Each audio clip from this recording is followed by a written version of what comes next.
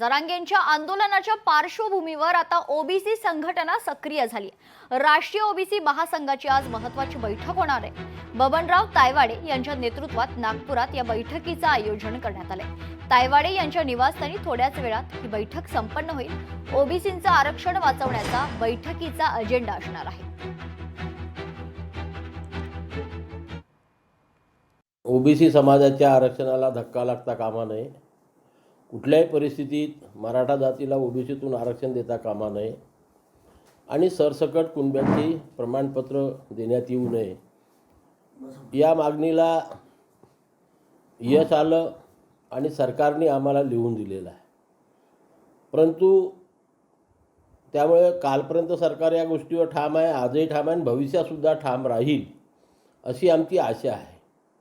परंतु वारंवार आंदोलनकर्ते तीच मागणी घेऊन पुन्हा आंदोलन करतायत आणि यावेळी त्यांनी मुंबईकडे कूच केलेली आहे। यावरती आम्ही बारकाईने लक्ष ठेवून आहोत।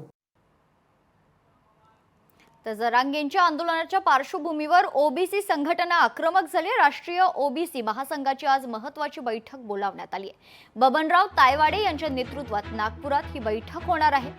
तायवाडे यांच्या निवासस्थानी थोड्याच वेळात या बैठकीचं आयोजन करण्यात आलेलं आहे। तर बबनराव तायवाडे यांच्या नेतृत्वात नागपुरात ही बैठक संपन्न होईल। या संदर्भात सविस्तर माहिती जाणून घेऊयात। आमचे प्रतिनिधी ज्ञानेश्वर पवार आपल्यासोबत जोडले जात आहेत। ज्ञानेश्वर, काय सविस्तर माहिती आहे? ओबीसी संघटना आता सक्रिय झाली आहे।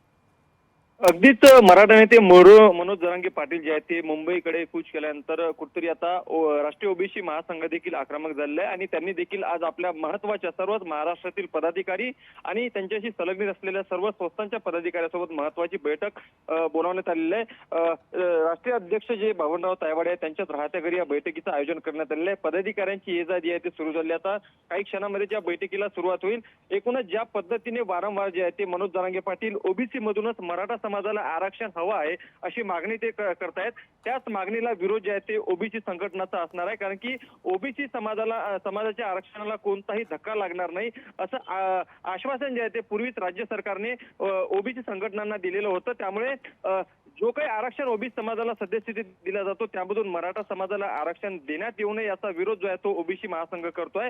आणि जर ओबीसी समाजाच्या आरक्षणाला जर धक्का जर लागेल तर पुढील ओबीसी महासंघाची ओबीसी समाजाची काय भूमिका असेल, एकूणच या सर्व विषयांवर जे आहे ते आजच्या बैठकीमध्ये महत्त्वपूर्ण जे आहे ते मंथन केलं जाणार। आणि त्यानंतर ओबीसी समाजाकडून सुद्धा काही साखळी उपोषण असेल, आमरण उपोषण असेल किंवा मुंबईकडे कूच करण्याचं आंदोलन असेल, या पद्धतीने काही निर्णय आजच्या बैठकीमध्ये जे आहे ते एकूणच घेतले जाऊ शकते। महाराष्ट्रातील सर्वच पदाधिकाऱ्यांना या बैठकीमध्ये जे आहे ते निमंत्रित करण्यात आलेलं आहे। सोबतच संलग्नित ओबीसी महासंघ संलग्नित जे संस्था असतील त्यांचे देखील पदाधिकारी यामध्ये उपस्थित असणार आहे।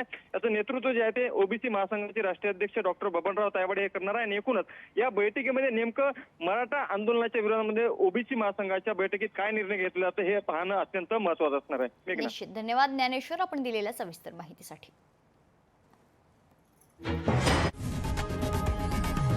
लोकशाही मराठी ऐका, पहा, जागरूक रहा।